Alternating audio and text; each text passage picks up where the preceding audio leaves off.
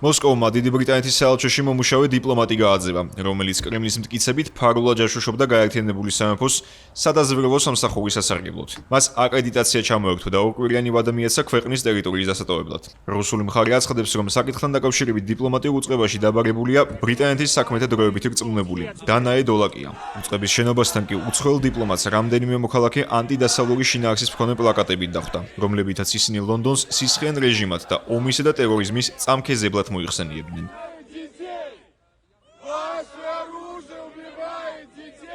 დიპლომატის გაძევების გადაწყვეტილების პარალელურად რუსეთის საგარეო საქმეთა სამინისტრომ განაცხადა, რომ არ შეეგოება მისი ქვეყნის ტერიტორიაზე ბრიტანელი დაზვერვის ოფიცრების საქმიანობას, ხოლო თუ ლონდონი ვითარების ესკალაციას გამოიწვევს, ამას სარკისებრი პასუხი ექნება.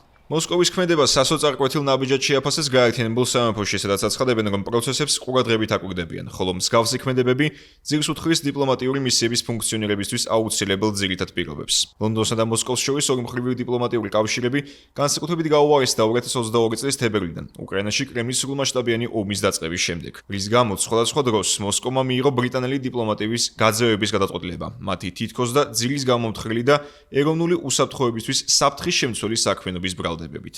საპასუხოდ დიდმა ბრიტანეთმა რუს დიპლომატებსა და მათი ოჯახის წევრებს აკრედიტაციები გააუქმა და განაცხადა, რომ არ დაუშვებს ბრიტანეთის საელჩოს თანამშრომლებისა და მათი ოჯახების დაშინებას.